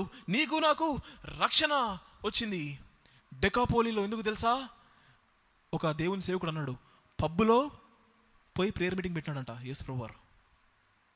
డెకాపోలిలో అద్భుతం చేయడం అంటే అదే అంట. పబ్బులో పోయి ప్రేయర్ మీటింగ్ పెట్టినాడంట. ఎవరు రాని ప్రదేశాలకు, హీనమైన ప్రదేశాలకు దేవుడు వచ్చి డెకాపోలిలో ఒక అద్భుతాన్ని చేస్తూ వచ్చాడు. ఎట్లా చేశాడు తెలుసా? ఇష్టంగా చేస్తూ వచ్చినాడు డెకాపోలిలో అద్భుతము. ఒక ఉదాహరణ చెప్తా. ఎవరికన్నా 33 సంవత్సరాల వయసులో ఉండే పిల్లలు ఉన్నారా? 33 years అంటే ప్రాబబ్లీ 40, 50, 60 years వాళ్ళకు ఉంటారేమో, అంత పెద్ద పిల్లలు. ఆ పిల్లోడిని నువ్వు బిల్డింగ్ మీదకి తీసుకుపోయి, నీ ఇంటి పక్కనోడు వాడు బాగుండాలని చెప్పి, అర్థమవుతుందా? నీ ఇంటి పక్కనోడు బాగుండాలని చెప్పి నీ 33 సంవత్సరాల కొడుకుని బిల్డింగ్ మీద తీసుకుపోయి ఇటు దొబ్బుతావా? వాడిని కింద పడి తలకాయ చిట్లి చనిపోయినాడు అనుకో, నీకు బాగుంటుందా? బంగారం లెక్క చూసుకుంటాం మన పిల్లల్ని. అట్లా చేస్తామా? పెళ్ళయిందనుకో, ఆయనకి పిల్లలు ఉన్నారనుకో, అంటే అర్థమవుతుందా? ఏంది బాబు తిక్కగా మాట్లాడుతున్నావు? కొన్నిసార్లు దేవుడు చేసే కార్యము అట్లనే ఉంటుంది. 33 సంవత్సరాల తన కొడుకుని ఎందుకు పనికిరాని వాళ్ళ కోసం తీసుకుపోయి చంపేసినాడు. ఇష్టంగా చంపేస్తూ వచ్చినాడు. డెకాపోలిలో ఇష్టంగా దేవుడు ఆ కార్యాన్ని చేస్తూ వచ్చాడు. 4,000 మందికి ఎక్కడ చేశాడండి? డెకాపోలిలో చేశాడు కదా అద్భుతము. ఈ అద్భుతము చేయడానికి ఒక ప్రాముఖ్యమైన విషయం ఏంటి తెలుసా? డెకాపోలిలో జరిగిన అద్భుతానికి ప్రాముఖ్యమైన విషయం ఏంటి అంటే, వారు ఒకవేళ ఎవరైనా గుర్తొస్తే చదవండి. వారికి అన్నం లేదని చూసి దేవుడు వారి మీద కనికరపడను అని ఉంటుంది. దాని ముందు అధ్యాయంలోనే కొంచెం దయచేసి ఎవరన్నా చదవండి ఆ వాక్యము.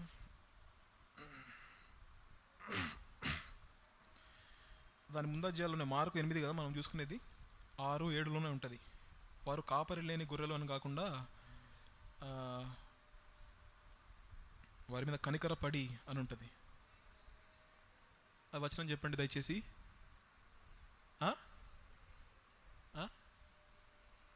8:3 అంటే ఎవరైనా దయచేసి కట్టికి చదవండి దయచేసి.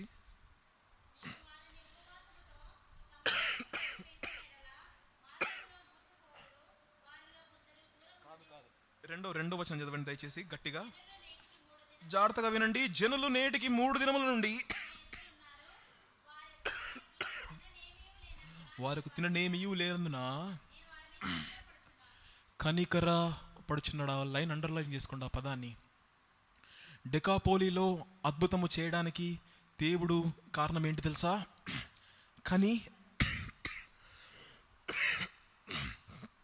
దేవుడు కనికర పడినాడంట. ఎవరి మీద? అక్కడుండే ప్రజల మీద. కనికరము అన్నదానికి గ్రీక్ బైబిల్లో ఉన్న పదం ఏంటి తెలుసా? ఒరిజినల్ బైబిల్లో ఉన్న పదము స్ప్లాచెనా, SPLAGCHNA. రాసుకుంటున్నారు కాబట్టి చెప్తున్నాను. కనికరపడి అంటే స్ప్లాచెనా అన్న పదము. డెకాపోలిలో నేను చేసే అద్భుతానికి కారణం ఏంటి తెలుసా? ఎందుకు చేసినా తెలుసా? డెకాపోలిలో నేను ఒక అద్భుతాన్ని కనికరపడినా. నీకు రక్షణ ఎందుకు వచ్చింది తెలుసా? నీ మీద నేను కనికరపడినాను కాబట్టి నీకు రక్షణ వచ్చింది. ఈ స్ప్లాచెనా అన్న పదానికి అర్థం ఏంటి తెలుసా? కడుపులో నుండి, గుండెలో నుండి, లివర్లో నుండి, నా పదాలు కాదు, బైబిల్లో ఉన్న డిక్షనరీలో ఉన్న పదాలు, కిడ్నీలో నుండి వచ్చిన కనికరం అంట. VBS లాస్ట్ రోజు మా మమ్మీ కింద పడింది తెలుసా? కింద పడిన వెంటనే బయట నేను టకటక వచ్చినాక ఏమైందంటే ఒకలాగా కళ్ళలో నీళ్లు పెట్టుకొని ఒక మాట అనింది. అదే కింద పడినా అనింది. అప్పుడు మా మమ్మీని చూసి నాకు ఏమనిపించిందంటే, ఏమైనా చేసి మా మమ్మీని రక్షించుకోవాలి. ఏం కాదమ్మా, ఏం కాదు, కడుపులో నుండి నాకు కనికరం వచ్చింది మా మమ్మీ మీద. నేనే పట్టుకొని పైకి తీసుకుపోయినా. ఏం కాదు, నా బలమంతా వార్త, జిమ్లోకి పోయి వెయిట్లు లేపుతాం కదా, లేపేస్తా, నేను చూసుకుంటా, నేను నీకు సాయం చేస్తా, నేను అని కడుపులో నుండి వచ్చింది. ఏంటది? కనికరము. నీవు నేను రక్షించబడడం కారణం ఏంటి తెలుసా? కడుపులో నుండి దేవుడికి కనికరం వచ్చిందంట. నిన్ను చూసినప్పుడు దేవుడు అన్నాడు, I did a miracle for you in Decapolis. కడుపులో నుండి వచ్చిన కనికరంతో నేను చేస్తూ వచ్చాను. నిన్ను చూసినప్పుడు నా కళ్ళల్లో నీలాగలేదు, ఊగిపోయిన మనిషిని నిన్ను రక్షించడానికి దేవుడు అంటున్నాడు, ఏ సమస్యలో ఉన్నావో ఆగు, నీ రక్షణ దినాన్ని ఆలోచించు అని దేవుడు అంటూ ఉన్నాడు. వర్తమానంలోని 3వ భాగం త్వరగా ఎవరైనా 20వ వచనం చదవండి.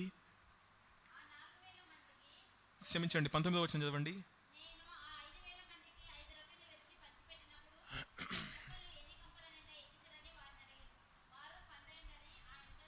చాలండి, ఇంకో 10 నిమిషాల్లో ముగిస్తాను, కొంచెం ఓపికలు తగ్గినట్టున్నాయి. 5,000 మందికి నేను ఒక అద్భుతాన్ని చేశాను అన్నాడు. ఒక అద్భుతం డెకాపోలిలో చేశాడు, ఇంకొక అద్భుతం ఎక్కడ?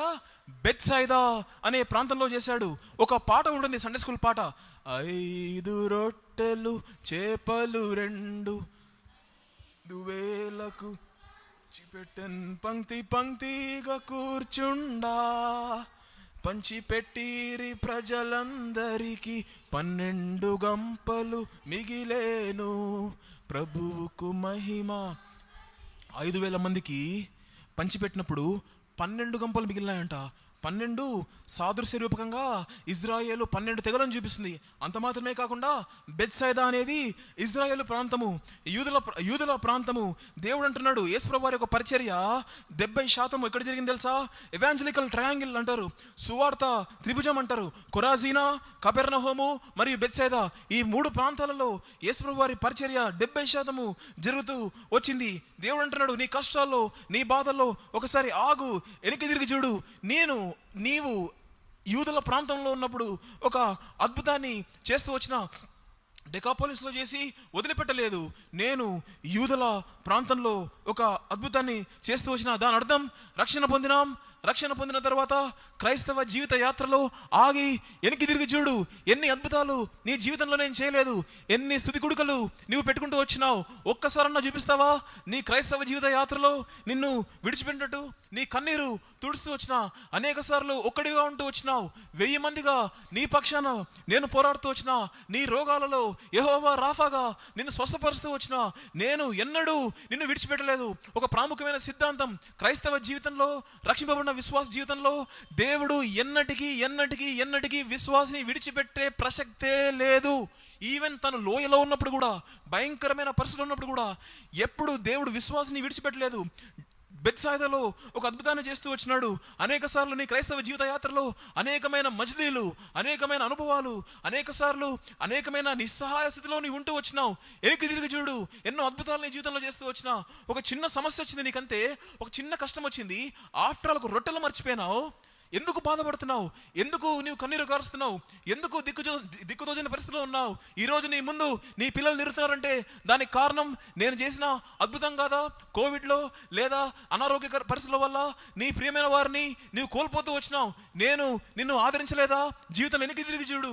దిక్కుతోచని పరిస్థితిలో నెత్తి మీద చేతులు పెట్టుకొని ఎట్లా చేయాలరా నాయన అనుకున్నప్పుడు నీ జీవితంలో నేను అద్భుతాలు చేస్తూ రాలేదా? నేను బెత్సాయిదాలో యూదుల ప్రాంతంలో అద్భుతాలు చేస్తూ రాలేదా? నేను నీతో ఉంటూ వచ్చిన ఒక్క పాయింట్ చూపి నీ జీవితంలో నేను నిన్ను విడిచిపెట్టినట్టు కరెక్టే. రొట్టెలు లేవు, దాని అర్థం నీ సమస్య నిజం, నీ కష్టం నిజం, నీ బాధ నిజం. I'm not bypassing that. దాన్ని నేను చూడనట్టు లేదు. నేను నీతో ఉంటూ వచ్చిన నీ బాధ నిజం, కానీ నేను నీతో ఉంటూ వచ్చిన అనుకుంటే 2 నిమిషాలు నీ సమస్య నాకు తీసేయడం, 2 నిమిషాల్లో తీసి పడేయగలుగుతాను ఈ సమస్యని. అది నాకు పెద్ద విషయం అనుకుంటావా? శూన్యంలో నుండి సమస్తాన్ని నేను చేస్తూ వచ్చిన, నోటి మాటతో సృష్టిని నేను చేస్తూ వచ్చిన. నీకున్న తలకాయ నొప్పి, నీకున్న కడుపు నొప్పి, నీ పిల్లల విషయంలో ఎంతసేపు నాకు 2 నిమిషాల పని. ఒక ఉద్దేశంతో ఇంకా నీ జీవితంలో నీ సమస్యను పెడుతూ వచ్చినా అన్నాడు. వెంటనే రొట్టెలు ఇచ్చినాడా? లేదా శిష్యులకు రొట్టెలు లేదు. నీ జీవితంలో కూడా ప్రార్థన చేస్తున్నావేమో, దేవుడు ఆయన టైం వచ్చే వరకు నీకు రొట్టెలు ఇయ్యాడు, కానీ ఒకటి చేస్తాడు. రొట్టెలు ఇచ్చేలోపు నీతో ఉంటాడు. నీకు ఏమీ కాదు. బల్ల గుద్ది చెప్తాను ఈ విషయం. క్రైస్తవ జీవితంలో వచ్చే సమస్యల్లో, క్రైస్తవ విశ్వాస జీవితంలో వచ్చే పరిస్థితులు, నిస్సహాయ స్థితిలో ఉన్నావు కదా, ఏమీ కాదు. ఎందుకు తెలుసా? నీకు నచ్చినా నచ్చకపోయినా దేవుడు నీతో ఉన్నాడంతే. నువ్వు నమ్మకపోయే విషయాన్ని, దేవుడు నీతో ఉన్నాడు. మరి ఎందుకు నాకు ఈ సమస్య, ఎందుకు నాకు ఈ కన్నీరు? నీవు కన్నీరు కారుస్తున్నప్పుడు దేవుడు నీతో ఉన్నాడు. నీకు ఏమీ కాదు. ఎందుకు తెలుసా? నీతో దేవుడున్నాడు. విశ్వాసి జీవితంలో మాత్రమే ఇది. ఎందుకు తెలుసా ఈ సఫరింగ్? చెప్పే టైం లేదు, కానీ ఒక్క మాటలో చెప్తా. సాతాను నీపై, నీ కుటుంబంపై, నీ ఉద్యోగాలపై, నీ వ్యాపారాలపై, నీ పిల్లలపై, నీ భార్యపై, నీ భర్తపై, నీ అన్యోన్యతపై అటాక్ చేస్తూ ఉంది సాతాను. కానీ నేను నీతో ఉన్నా, ఏమీ కాదు. కానీ వెంటనే రొట్టెయ్యను, నా టైం వచ్చేదాకా. ఒక ఉద్దేశంతో నేను నీ జీవితంలో ఈ సమస్యను అనుమతించిన ఇట్టిచ్చేయగలుగుతా అనుకుంటే, పొద్దున అంత్యోక్యలో ఫైనల్ మెసేజ్లో చూస్తూ వచ్చాం, నమ్మకంగా వారు ఉంటూ వచ్చారు. దేవుణ్ణి ఏనాడు వారు కాదు అనలేదు. దేవుడు అంటున్నాడు, ఒక ఉద్దేశంతో నేను అనుమతిస్తూ వచ్చిన. ఇజ్రాయేలీలు, దేవా మా జీవితంలో నదులు తీసేయి, మా జీవితంలో జలములు తీసేయి, మా జీవితంలో అగ్ని తీసేయి అన్నారు. ఐఎమ్ సారీ, నేను తీయను. నా టైం వచ్చే వరకు నేను నీ ప్రార్థన ఆలకించే ప్రసక్తే లేదు. ఒకవేళ నువ్వు అడిగిన టైంలో నేను చేస్తే నాకంటే నువ్వు తెలివైనోడు అవుతావు, నీ లైఫ్ పెంట అవుతుంది. నా టైంలో ఇస్తేనే నీ క్షేమము. నేను ఇప్పుడు ఒక విషయాన్ని చెప్తా. ఏం చెప్తా తెలుసా? ఒక పాట ఉంది, ఇంగ్లీష్లో చెప్తా, తెలుగులో తర్జుమా చేయడానికి ప్రయత్నం చేస్తా. If I know then what I know now I would be confident అన్నాడు. ఇప్పుడు ఈ జీవిత యాత్ర కొనసాగించిన తర్వాత ఇప్పుడు నాకు కొన్ని విషయాలు తెలిసినాయి దేవుని గురించి. ఇదే విషయాలు కొన్ని సంవత్సరాల ముందు శ్రమల్లో నేను ఉన్నప్పుడు నాకు తెలుసుంటే నేను ఏడ్చేవాడిని కాదు, నేను బాధపడేవాడిని కాదు, నేను ధైర్యంగా ఉండేవాడిని, నేను దేవుని మందిరాన్ని విడిచిపెట్టేవాడిని కాదు, మందిరానికి రావడం ఆపేవాడిని కాదు. ఇప్పుడు తెలిసిన విషయాలు అప్పుడు నాకు తెలిసింటే. ఇప్పుడు ఒక విషయం చెప్తా. నా జీవితంలో కొన్ని భయంకరమైన పరిస్థితులు జరిగినాయి. ఇప్పుడు ఏం చెప్తా తెలుసా? మొన్ననే మా డాడీ కాడికి పోయి ఒక మాట చెప్తున్నా. డాడీ, అప్పుడు జరిగింది కదా, దరిద్రము, నా జీవితం అంతా నష్టమైపోయింది అన్న. అస్సలు ఆ మాట నాకు నీ మేలుకే అది జరిగింది. ఒక మాట చెప్తా. ఇప్పుడు దేవుని కాళ్ళు పట్టుకొని, దేవా నేను అడిగిన వెంటనే నువ్వు నా ప్రార్థన ఆలకించలే, నన్ను పిండినావు, నువ్వు నీ కాళ్ళు పట్టుకుంటా. ఎందుకు తెలుసా? కొన్ని కోట్లు ఖరీదు చేసినా రాని అనుభవాలు ఈ సమస్య ద్వారా నీకు దేవుడు ఇయ్యాలి అని ఆశపడుతున్నాడు. దేవుడు సమయం వరకు దేవుడు ఎంతో స్పష్టంగా చెప్తున్నాడు, నేను బెత్సాయిదాలో నీ జీవితంలో అద్భుతము చేస్తూ వచ్చిన ఇందాక డెకాపోలిస్లో అద్భుతం చేయడానికి కారణం ఏంటి? పదం చెప్తారా? కానీ బెత్సాయిదాలో అద్భుతం చేయడానికి కారణం ఏంటి తెలుసా? మనకు టైం లేదు తీయడానికి. వారు కాపరి లేని గొర్రెలను చూచి ఒక అద్భుతాన్ని చేశాడంట. క్రైస్తవ జీవిత యాత్రలో నీ జీవితంలో దేవుడు నిన్ను నడిపించడానికి కారణం ఏంటి తెలుసా? నీవు గొర్రెవు అని దేవుడికి తెలుసు. గొర్రె ఏం చేస్తుంది? కొన్నిసార్లు గాఢాంధకారపు లోయల్లో పోతుంది. ఎప్పుడు కాపరి గాఢాంధకారంలోకి తీసుకుపోడు దేన్ని? గొర్రెని. గొర్రెనే పోతుంది ఎక్కడికి? గాఢాంధకారంలోకి. దేవుడు అంటున్నాడు, నీవు మెస్అప్ చేసుకున్నావు నీ లైఫ్ అనేక సార్లు. నీవు పెంట చేసుకున్నావు. నన్ను విడిచి మందిరానికి రాలే. నువ్వు ఇంట్లో కూర్చొని టీవీలు చూస్తూ ఉన్నావు. నువ్వు ఒకటి తెలుసా? నీ మీద కోపం ఉందనుకున్నావా? ఎవరు? రక్షణ పొందిన వారి గురించి చెప్తున్నా, బాప్తిసం తీసుకున్న వారి గురించి చెప్తున్నా. నా మీద కోపం వచ్చి నీకు నేను సీట్ ఇవ్వలే, లేకపోతే నీకు ఇంకోటి ఇవ్వలే, నీ ప్రార్థన నేను ఆలకించలే అని చెప్పి నాకు దూరం వెళ్ళిపోయినావు కదా. నీ క్రైస్తవ జీవిత యాత్రలో నాకు దూరం వెళ్ళిపోయినావు కదా. కానీ నేను నీతో ఉన్నా. నువ్వు నా వాక్యాన్ని నమ్మలేదు, దేవుని పాటలను నమ్మలేదు, నువ్వు మందిరాలను నమ్మలేదు. నువ్వు ఇదంతా మోసం, దేవుడే లేడు అని దూరం కలిపినావు కదా. ఈవెన్ అప్పుడు కూడా నిన్ను విడిచిపెట్టాలి. గాఢాంధకారపు లోయల్లో కూడా నేను నీ కాపరిగా ఉంటూ వచ్చిన గొర్రె ఎడ్డిది, కింద పడితే పైకి కూడా లేదు. ఈరోజు నీకున్న ధనం, నీకున్న బలం, నీకున్న ఆరోగ్యం, నీకున్న మెతుకు, నీకున్న బతుకు, నీకున్న వాహనం ఎందుకు తెలుసా? నీ తెలివి అనుకుంటున్నావా? గొర్రెవి నువ్వు. ఎరికి తిరిగి చూసుకో. కాపరి దయ వల్ల నీ జీవితంలో ఇవన్నీ అనుమతిస్తూ వచ్చిన. ఎప్పుడు క్రైస్తవ జీవిత యాత్రలో ఒక్క పాయింట్ చెప్పి నేను విడిచిపెట్టినట్టు, నీవే యవనస్తుల కోసం నీవే నీ లైఫ్ని పెంట చేసినప్పుడు కూడా నీతో ఉంటూ వచ్చిన. I pushed you into the waters. అనేక సార్లు పైనుండి కిందికి దోసేస్తాను నేను మర్చిపోయినా అనుకున్నావు, నేను నా ముఖాన్ని దాచుకున్నా అనుకున్నావు. కానీ నేను నీతో ఉన్నా. నీకు ఏమీ కాకుండా చూసుకున్నా. కానీ అనుభవాలు ఇస్తూ వచ్చిన, కష్టాలు ఇస్తూ వచ్చిన, నిన్ను పిండుతూ వస్తున్నా. నీ క్రైస్తవ జీవిత యాత్రలో ఎప్పుడు నిన్ను విడిచిపెట్టలేదు. ఒక్క పాయింట్ చూపి నిన్ను విడిచిపెట్టినట్టు. దేవుడు బెత్సాయిదాలో అద్భుతం చేస్తూ వచ్చాడు. ఇదే బెత్సాయిదాలో ఒక విషయం జరిగింది తెలుసా? మన టైంని బట్టి తీయలేము. బెత్సాయిదా అయ్యో కొరాజీనా, నీ ప్రాంతంలో నేను చేసిన అద్భుతాలు ఎక్కడ? సొదొమ గొమొర్రాలో చేసింటే వాళ్ళు ఇప్పటికల్లా బాగుంటుండే. దాని అర్థం నువ్వు దేవుణ్ణి నమ్మనప్పుడు కూడా, నీవు దేవునికి దూరం కలిపినప్పుడు కూడా దేవుడు నీ జీవితంలో అద్భుతం చేస్తూ వచ్చినాడు. ఏంటి తెలుసా? నువ్వు నన్నే కాదంటావారా, నా మందిరనే కాదంటావా అని ఇట్ట అంతరింపజగలుగుతాడు నీ జీవితాన్ని. కానీ నువ్వు చేయలేదు. క్రైస్తవ జీవిత యాత్రలో అవిశ్వాసముతో నీవు ఉన్నప్పుడు కూడా, నమ్మదగని వారవుగా నీ క్రైస్తవ జీవిత యాత్రలో నీవు ఉన్నప్పుడు కూడా నేను నీతో ఉంటూ వచ్చిన, బెత్సాయిదాలో అద్భుతం చేస్తూ వచ్చిన, ఒక కాపరిగా నిన్ను పోషిస్తూ వచ్చిన. నీ కాడ 10 రూపాయలు ఉంటే, నీ ఖర్చులో 1000 రూపాయలు ఉంటే నేను పోషించలేదా నిన్ను? వెనక్కి తిరిగి చూడు. ఒక్కసారి నిన్ను ఆకలిగా పెట్టినానా? నేను కొన్నిసార్లు పెట్టినా, ఒక ఉద్దేశంతో పెట్టినా. ఈరోజు నువ్వు బతుకున్నావు, ఈరోజు కూర్చున్నావు, అంతరించిపోలేదు నీవు. కరెక్టే, నీకు సమస్య ఉంది, ఇప్పుడు బాధపడుతున్నావు. కానీ ఒక విషయం మర్చిపోకు, రక్షణ ఇచ్చిన క్రైస్తవ జీవిత యాత్రలో నీకు అద్భుతం చేస్తూ వచ్చిన. డాక్టర్ రిపోర్ట్స్ వచ్చినాయి, ఇంకా నువ్వు బాగుపడవు అన్నారు. నేను అద్భుతాలు చేస్తూ వచ్చిన. ఆరోగ్యంగా ఈరోజు కూర్చొని ఉన్నావు. ఆరోగ్యంగా ఈరోజు నేనే గాయం చేస్తూ వచ్చిన నీ జీవిత యాత్రలో. నేనే నీ గాయాన్ని కడుతూ వచ్చిన. ఎన్ని స్థుతి కూడా పెట్టుకోలేదు నీవు. ఎస్, నీ ప్రార్థన నువ్వు అనుకున్న టైంలో నేను ఆలకించలే. అవమానానికి అప్పచెప్పిన. మొన్న ఎవరు అంటున్నారు, గిఫ్టీ ఐ డ్రీమ్డ్ మై లైఫ్, కలలు కన్నా నా పెళ్లి తర్వాత ఇట్లుంటుందేమో, ఊహించడం కూడా భయంకరంగా ఉంది నా మ్యారీడ్ లైఫ్ అని మొన్ననే ఎవరో చెప్తున్నారు నాకు. నువ్వు కలలు కన్నా లైఫ్ నీకు రాలే కదా పెళ్లి తర్వాత. నేను అనుమతించిన అది. కానీ ఒకటి మర్చిపోకు, నీతో ఉన్నా. కన్ఫ్యూజన్లో నేను విడిచిపెడుతూ వచ్చిన అనేక సార్లు. నీతో నేనున్నా. అవును, కొన్నిసార్లు నేను దూరంగా ఉన్నట్టు కనిపిస్తుంది. నిన్ను పిండపడుతూ ఉండడానికి అనుమతించిన నేను. కానీ ఐ వాజ్ విత్ యూ, నీతో ఉంటూ వచ్చిన. ఆఖరిగా మాట చెప్పినాడు, మీరింకను గ్రహింపకున్నారా? ఇదే ప్రశ్న నీకు నాకు దేవుడు వేస్తున్నాడు ఈరోజు. ఏ పరిస్థితుల గుండా, ఏ కష్టాల గుండా వెళ్తున్నావో నాకు తెలియదు. దేవా, ఒకటే జ్ఞాపకం చేసుకుంటున్నా, ప్రీ ఫ్రంటల్ కార్టెక్స్ ఈ భాగము కూర్చొని ఇంటికి పోయి ముఖం కడుక్కొని పడుకునే ముందు బెడ్ మీద కూర్చొని వెనక్కి తిరిగి నా రక్షణ దినాన్ని జ్ఞాపకం చేసుకుంటా. నా క్రైస్తవ జీవిత యాత్రలో ఎన్నో అద్భుతాలు చేస్తూ వచ్చినావు. అయిపోతుంది అనుకున్నా నా జీవితము. ఈరోజు నేను సజీవ లెక్కలో ఉన్నా. ఎస్, నా బాధ నిజం, నా ప్రార్థన మనవులు నిజం, నా కన్నీరు నిజం. కానీ ఒకటి చేస్తా, ఇంకా నిన్ను నేను నమ్ముతా. ఎందుకు? వెనక్కి తిరిగి చూసుకుంటే ఇది నాకు కొత్త ఏం కాదు దేవా. అసాధ్యమైన కార్యాలు చేస్తూ వచ్చినావు. సాతాను మర్చిపోయేటట్లు చేస్తుంది నన్ను.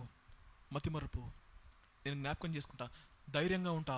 ఇంకో పదం చెప్తా దేవా, నువ్వు నా ప్రార్థన ఆలకించినా ఆలకించకపోయినా still I believe in you. I believe in you. కొన్ని కోట్లు ఇచ్చిన రాని అనుభవాలు నీ శ్రమల ద్వారా నీకు వస్తాయి, నేను బలవంతునిగా చేస్తాయి. ఒక్క మాట చెప్తా, మామూలులోకి రావండి శ్రమలు. రాసిస్తా పేపర్ మీద, బలంగా వాదిస్తా దీని గురించి. నార్మల్ లైఫ్ ఉన్న వాళ్ళకి మంచిగా పిల్లలు అయిపోతాయి, మంచిగా పిల్లలు పుడతారు, మంచిగా నడుస్తుంటుంది ఫ్యామిలీ వాళ్ళది. ఎవరి జీవితం పట్లయితే దేవుడికి ఒక ప్రత్యేకమైన ఉద్దేశం ఉందో, నన్ను నమ్మండి ఈ మాట. ఒక వ్యక్తిని దేవుడు 1000 మందికి, ఈరోజు అంత్యోక్యలో వాక్యమంతా ఈ మాట మీదనే. ఎవరి జీవితంలో అయితే దేవునికి ఒక స్పెషల్ ప్రణాళిక ఉందో, వారి జీవితంలో వారి పెళ్ళిళ్ళు లేట్ అవుతాయి, వారి జీవితంలో వారికి భయంకరమైన సమస్యలు వస్తాయి, భయంకరంగా పిండబడే పరిస్థితులు మధ్యస్తాడు దేవుడు. మిగతా వాళ్ళకి నన్ను క్షమించండి అంతగా ఉండవు. భయంకరంగా ఉన్నాయి కదా నీ జీవితంలో సమస్యలు, ఎందుకు తెలుసా? నన్ను నమ్ము, ఊరికే చెప్పట్ల, అనుభవంతో చెప్తున్నా. దేవుడు ఒక ఉద్దేశం ఉంది నీ పట్ల. నీకు సొల్యూషన్ కనిపిస్తూ ఉంటే, నా సమస్య నీ చేతిలో ఉంటే తీర్చుకోవడానికి నీకు దేవుడు అవసరం లేదు. దిక్కుదోచని పరిస్థితిలో, నిరీక్షణకు ఆధారం లేని పరిస్థితిలో, ఎట్లరా నాయనా అనుకున్న పరిస్థితుల్లోనే దేవుడు మనకు అవసరము. అట్లాంటి పరిస్థితులే పెడతాడు దేవుడు నీ నా జీవితంలో. చిన్న సమస్య మర్చిపోతూ వచ్చి, వై ఆర్ యూ క్రయింగ్, ఎందుకు ఏడుస్తున్నావు? లైవ్లో చూస్తూ ఏ స్థితిలో ఉండి ఈ వాక్యాన్ని వింటున్నావో నాకు తెలియదు. కన్నీటిలో ఈ వాక్యాన్ని వింటున్నావా? ఈ వాక్యాన్ని వింటుంటే కన్నీరు వస్తుందా? దేవుడు ఈరోజు నీకు నాకు అదే చెప్తున్నాడు. నాకు ఏం కొత్త కాదు. వాక్యం చెప్పి రూమ్కి పోయి తలుపేసుకొని పడుకునేటప్పుడు నన్ను నమ్మండి, నా బాధలు నాకు గుర్తొస్తాయి. ఇక్కడ చేయబెట్టుకొని దేవా వెనక్కి తిరిగి చూసుకుంటా, ఏమీ కాదు నాకు, ఏమీ కాదు, ఏమీ కాదు, ఏమీ కాదు, అంతా మంచిగా అవుతుంది, అంతా మంచిగా, you will be back to normal. ఎందుకు నేను వాక్య ఆధారాలు లేకుండా ఊరికే పదాన్ని చెప్తున్నా అంటే, దేవుడిచ్చే ప్రేరేపణతో చెప్తున్నా. You will be back to normal. అంతా సర్దుకపోతుంది, నీకు ఊహించవు నువ్వు. అటువంటి పరిస్థితులు నీ జీవితంలో ఈ వారం రాబోతున్నాయి, ఈ నెల రాబోతున్నాయి. ధైర్యంగా ఉండు. దేవుడు అన్నాడు, మీరింకనూ గ్రహింపకున్నారా? ఆ ప్రశ్న నీకు వేస్తున్నాడు. 4 విషయాలు మనం చూస్తూ వచ్చాం. In midst of pain they forgot, Decapolis, Bethsaida. దేవుడిచ్చే ప్రశ్న. మోకరిద్దామా, ప్రార్థన చేసుకుందాం. ఇంకా నీ జీవితంలో ఈ డెకాపోలిస్ అనుభవం లేదా? యేసుప్రభు వారిని ఆహ్వానిస్తున్నాడు. నేను రక్షిస్తా, నీ జీవిత యాత్రలో నీతో ఉంటా అని దేవుడు వాగ్దానం చేస్తున్నాడు. ఒకవేళ ఏ పరిస్థితిలో ఈ వాక్యాన్ని ఉంటావో నాకు తెలియదు. దేవుడు అంటున్నాడు ఒకటే ప్రశ్న. ఈ వాక్యం అంతా అర్థం కాలే బ్రదర్ నాకు అన్నవా? ఒకటే మాట చెప్తున్నా, ఒక ప్రశ్న దేవుడు ఇస్తున్నాడు. ఈ ఒక్క ప్రశ్న తీసుకుపో ఇంటికి. మీరింకను గ్రహింపకున్నారా? మీరింకను గ్రహింపకున్నారా? ఒక్కసారి వెనక్కి తిరిగి చూడు. నువ్వు నాకు నమ్మక ద్రోహం చేస్తూ వచ్చినావు, అయినా నేను నీకు నమ్మదగిన దేవుడుగా ఉంటూ వచ్చిన. యెహోవా రాఫాగా, యెహోవా షాలోమ్గా, యెహోవా షమ్మాగా నీ జీవితంలో నేను ఉంటూ వచ్చిన. నీ విషయంలో, నీ పిల్లల విషయంలో, నీ కుటుంబ విషయంలో, నీ తల్లిదండ్రుల విషయంలో, నీవు పాపం చేసి పెంట చేసుకున్న పోదని లైఫ్ని, ఈవెన్ ఆ పాయింట్లో I was with you in Bethsaida. Do you still not understand? ఇంకా గ్రహింపకున్నారా? ఇంకా గ్రహింపకున్నారా? ఇంకా గ్రహింపకున్నారా? పరలోకమందున మా తండ్రి, ఇప్పుడు వాక్యము బాగానే చెప్పినాను, మళ్ళీ రూమ్కి పోయినాక నా బాధ నాకు గుర్తొస్తుంది. అప్పుడు నేను గుర్తు చేసుకునేది ఇదే ప్రశ్న, మీరు ఇంకా గ్రహింపకున్నారా? దేవా కష్టంగా ఉంది నా పరిస్థితులు నాకు ప్రస్తుతము, కనుకొట్టి చెప్తా, ఇంకా గ్రహిస్తా, ఇంకా గ్రహిస్తా. మీరు నమ్మదగిన వాడవని, మిమ్మల్ని ఆశ్రయించే వారికి ఆశ్రయంగా ఉండేవాడవని, ఎల్లప్పుడు మాతో ఉండే దేవుడవని, నీవు మరొకసారి నా జీవితంలో అద్భుతం చేస్తావని, చేయకపోయినా నీ పాదాలను విడిచిపెట్టే ప్రసక్తి లేదు దేవా. ఎందుకంటే నాకు తెలుసు నా ప్లాన్ల కంటే, నా స్ట్రాటజీస్ కంటే నీ తలంపులు ఉత్తమమైనవని. మీరు అడుగుతున్న ప్రశ్నకు నేను ఇచ్చే జవాబు దేవా నేను గ్రహిస్తున్నా అంటున్నా. అదే జవాబు అందరి జీవితంలో అందరు ఇవ్వడానికి సాయం చేయమని వేడుకుంటూ, వచ్చిన వారందరినీ దీవించండి, ఆశీర్వదించండి. ఏ పరిస్థితుల గుండా, ఏ ఇబ్బందికరమైన పరిస్థితులు, కష్టాలు లేని వారంటూ లేరంట దేవా. ప్రతి ఒక్కరికి ఏదో కష్టం ఉందంట, ఏదో ఒక బాధ ఉందంట. ప్రభువా, ఈ ప్రత్యేక సమయంలో మీ పరిశుద్ధాత్మను వారు వెళ్ళలేని ప్రదేశాలకు, వారు చేరుకోలేని ప్రదేశాలకు పంపించి స్వస్థత, విడుదల, ఆరోగ్యము, అద్భుతము, విమోచన, గొప్ప కార్యాలు చేయమని వేడుకుంటూ యేసుక్రీస్తు వారి నామమున ప్రార్థన అడిగి వేడుకుంటున్నాం తండ్రి.